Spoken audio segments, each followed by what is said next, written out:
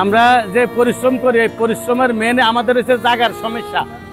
এটা এই বাংলাদেশ স্বাধীনের পরে যে কোনো সরকার কেউ দেয় না, কামারে করে তুলসো করে আলায়। এই শিল্পটা আমরা বাঁচায় রাখছি, এর স্বাভাবিক কিছু লোকের জায়গা দিছে, এরা এটারে টিকায় রাখছে। আর যে কোনো সরকার আইয়ে তাদের ধান্দে থাকে কি কিছু বুঝেন, তারা যে শিল্পটারে বাঁচায় রাখবো এটা রাখতেছে না।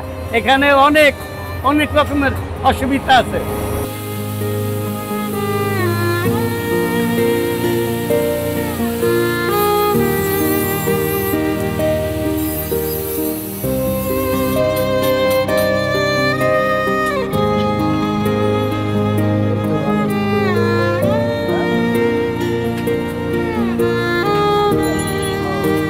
আমার নাম মোহাম্মদ সুজন। কত আমি করি 12 বছর। হ্যাঁ, সব ধরনের জিনিস বানাইতে পারি। কাস্টমার এর তো সবারই প্রয়োজন, দাওয়া বটি তো লাগেই সংসারে। যদি ভালো লোহা দিয়ে বানায়, স্প্রিং দিয়ে বানাইলে 800 টাকা কেজি, আর যদি নর্মাল বানায় 500 টাকা কেজি। না, আগের এখন জিনিসের দাম বাড়ছে, তুলনায় ঠিকঠাক পাই না। বাপ আছে, ভাই আছে, মা আছে।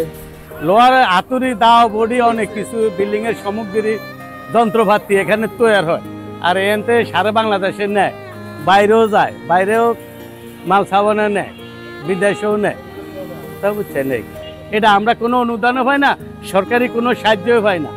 কি কইছি বুঝলি, সরকার এনতেন ইনকাম ট্যাক্স নেয়, ব্যাট নেয়, কারেন্ট বিল ডাবল নেয়, কিন্তু আমাদের জায়গাটা এটা ফসলা করে না।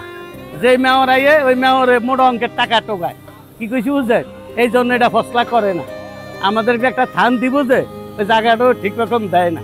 আমরা এখন আছি বহুত বিপদে, লোকজন খাটাইতে পারি, খাটাই এগুলি অনেক কষ্ট করে, বহুত কষ্ট আছে। এটা একটা মার্কেট, সরকারি এখানে সরকারের ব্যাট নেয়, ইনকাম ট্যাক্স নেয়, সব কিছু নেয়।